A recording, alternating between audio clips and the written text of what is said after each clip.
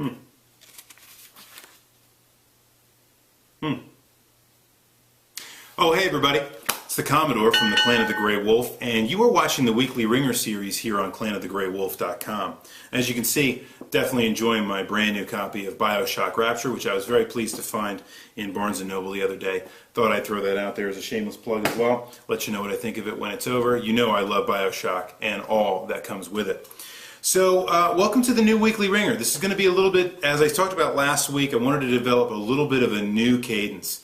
So traditionally the Wringer has been shot on Sunday afternoons, posted on Mondays, although I know of late it's definitely been botched, which is one of the reasons why I wanted to be able to move to a different time slot. I think this is going to work a lot better for my schedule personally, and I think it's going to work better in terms of having the topic be introduced right before the weekend, rather than the video being the very end of the weekend after people have had time to consider it.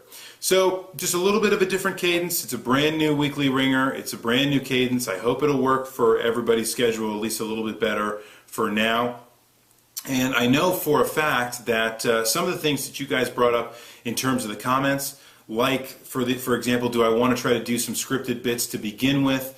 Do I want to try to do, maybe a little bit more editing, a little bit more of that kind of stuff in there? I think before with shooting the video on Sundays, that was an impossibility. And I think with shooting the video on, say, a Thursday night and posting it on Friday, I think it'll be a much better chance, let's say, of being able to add in a few things like that, where I can throw some script stuff in there and actually have some time to shoot it. That being said, most of the time I think the video is probably going to be shot more in the evenings, afternoon, evening, night, than it would have been otherwise. But like I say, guys, at the very end of it, this just makes more sense for my schedule, and I hope that you all understand. So that's a little bit in terms of where we're going to be moving from this point forward. I wouldn't say that we're going to have permanent features in terms of what I did last week, like having, say, scripted material right off the get-go. I don't think that's necessary, and I don't think it's what's actually going to probably happen. I'm just saying that the time frame and the time window that we have together probably maps up better to be able to do some of that stuff when I want to. And don't freak out if you don't like the white background behind me right now. That's okay. Just needed to get a place where I could sit down and record the video for now. I'm working out more of a permanent solution. Probably going to be moving back into the old weekly Wringer studios for next week, so don't fret about that. Definitely have plenty more to do. But the ability of having shooting the video with the patented Clan of the Grey Wolf, or I should say, rather than patented, the official Clan of the Grey Wolf flip video camera, is that I can really shoot the video wherever I could possibly want to. So I'm hoping to be able to try to get a little more freedom from it, be able to shoot things like we did last week, where I shot it in my kitchen, and when I was on vacation, when I shot it at the bar. So you just never know. Like to experiment with a few more things there, and I think, again, with having the schedule line up this way, I just think it's going to work better. Enough about the changes in the weekly Wringer. I wanted to really highlight that coming off the top, though, because I know that that's a little bit jarring this week, that really we only had about 3 or 4 days to post on this week's, or on last week's Wringer, I should say. But it was a very interesting question, and I thought most of you really stepped up to the plate and took the challenge heartily, and you put out an effort in regard to answering a silly hypothetical question about who your favorite sci-fi babysitter might be, and I really appreciate that. We're going to wrap that question up today, and then we're going to look into a question that I think is reflective. Of course, I'm going to give all my own thoughts as I always do, but after that, we're going to look for a question for next week, which I think will really get our minds going, especially those of us that have played a lot of games in our lives, and maybe even played a lot of PC games 15, almost 20 years ago now. I think you're really going to like this question about some of the older, or maybe some of the more developmental games back from that era. So, let's see. Let's kick things right off. I know that last week's question was a little bit strange. I admit that. I will also admit to you that I have tended, as the weekly Wringer has gone on through its progression, to really go toward more of the heady kinds of questions, right? Those that we have to think about a lot because they're maybe a little more philosophical in nature, what have you. But I think there is, I would be lying if I didn't tell you that there was just a pile of questions that I wrote when I first came up with the concept that are just ridiculous and silly. And I like ridiculous and silly questions. In fact, one of the reasons that the Clan of the Grey Wolf ever even came to be as a site to begin with was because, you know, it was just a lot of questions that you and your friends who happen to might be geeky as well would sit there and argue about. And I found that those questions were often silly and ridiculous, but they needed to be, you know, hashed out. And that's why I wanted to bring those questions to the community, and hence why we're here today. But last week's question was, if you had to choose between William Shatner, famously Captain Kirk, or if you had or Mark Hamill, for example, who is famously, most famously, I would say, Luke Skywalker, then who would you choose to babysit your children, or your pet, or your brothers or sisters, whatever the case might be? Someone that could look over your children, or something that was equally, I guess, as meaningful to you. Which would you choose? Well, let me just give you the final tally before I get into the individual contributions that I want to point out. The final tally actually had Mark Hamill winning by 2 votes, 7-5 over William Shatner. Interesting. You know, means it was almost statistically right down the middle, which I think is means that I probably picked a pretty good question, because if it was really skewed one way or the other, then it probably would have been too obvious. Now let's get to some of the points that you guys made to, I guess, engage the idea of who would be the best babysitter, whether you would want them there or not. First of all, JSC315 voted for Shat first and foremost, and said that Shat might have the more interesting stories. I think that's a good point.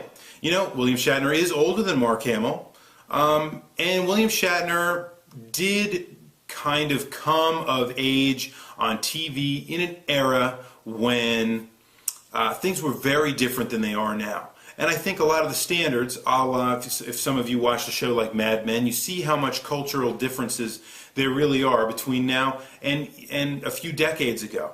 And Shatner definitely has a lot to talk about in that regard. And I think hearing some of those stories would be really cool. That being said, especially with all the new special edition Star Wars coming out on Blu-ray, so on and so forth, and what have you, well documented, of course, you can understand that there's been a lot of talk about the kind of behind-the-scenes stuff that went on during the filming of Star Wars. And I think Mark Hamill would have some amazing stories. And just in case he didn't want to go down the route where he would say, you know, why do we always have to talk about Star Wars? You have so many other things to talk about. Now, I'm not saying Shatner wouldn't have all kinds of cool stories to tell of Hollywood, so on and so forth, with all the television, with all the different things that he's done over the course of his career. But Mark Hamill has a lot of stories to tell. And I think, if it's up to me, I think they're probably just about even in the stories. It just depends probably on which era you grew up. Or, more importantly, which era of stories you'd like your kids to hear. And I think the jury's still out on that one. And many of you talked about that. So let's see. Mr. K pointed out the very important, I think, point. They're both alcoholics. Why would you ever choose either one of these human beings to babysit your children? Excellent point, my friend. I couldn't agree more. Were this a perfect world, you would never have either of these gentlemen watching over your children. They would probably both be an equally bad idea. However, that's the whole point of the Weekly Ringer. It's a crazy hypothetical. We should all be there, right? You know, maybe they should. If we just had those choices, which one would you pick? It's just crazy. It's just a hypothetical. It's just a thought experiment.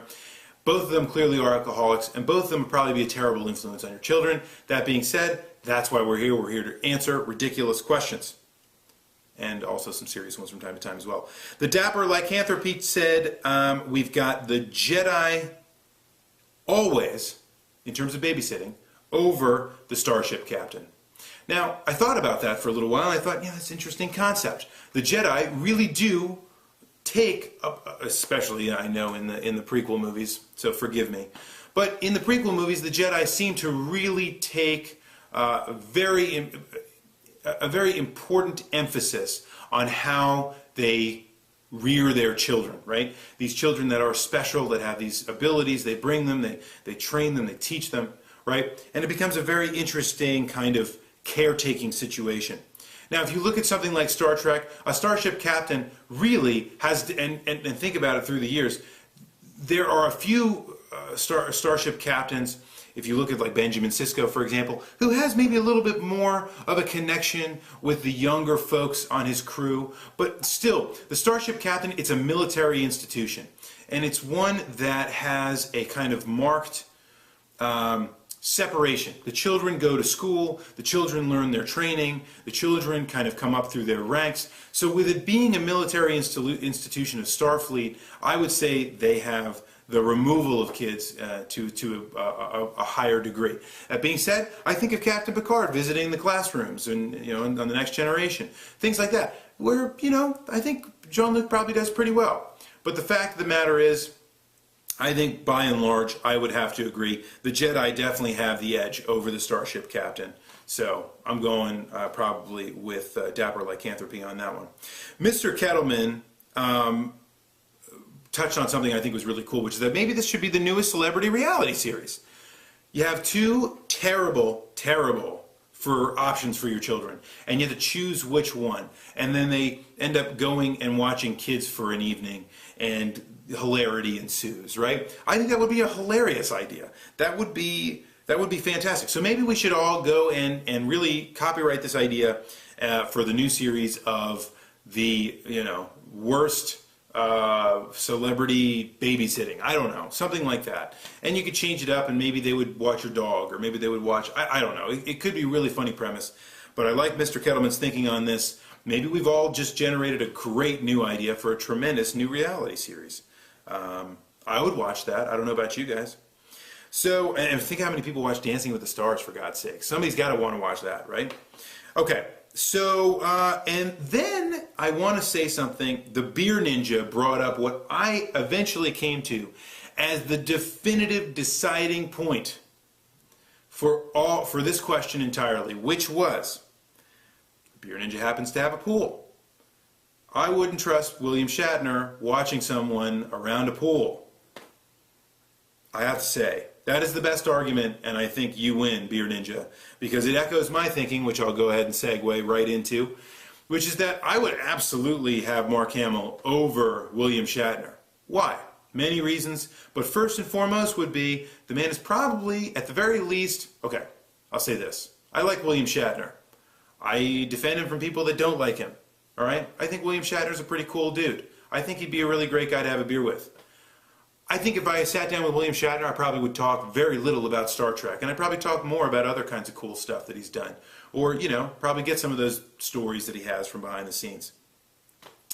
But let's face it, guys, Bill Shatner is either directly responsible for or was grossly negligent in the death of his wife, right? In the pool.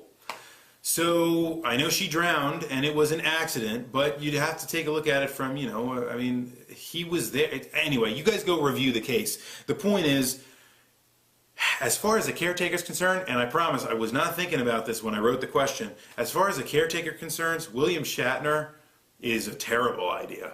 I mean, now but if you take that even out of the equation, just look at what else is going on. I mean, I would love to see my kids grow up with, maybe something a little more hip than the music that William Shatner does. Some of the dirty old man stories I'm sure he could tell, I would really not want to expose my children to. I'm not saying Mark Hamill's a nice, clean-cut young man that he was, say, in Star Wars, but, he does kid shows. He does voices for video games and kid shows and things that kids identify with. A lot of the things that I identify with, not only with Batman the Animated Series as a cartoon, but also in a video game. He did many voices in Full Throttle, one of my favorite adventure games of all time. And so Mark Hamill is, I think, just better suited for watching kids. Yes, I would always take a Jedi over a starship captain.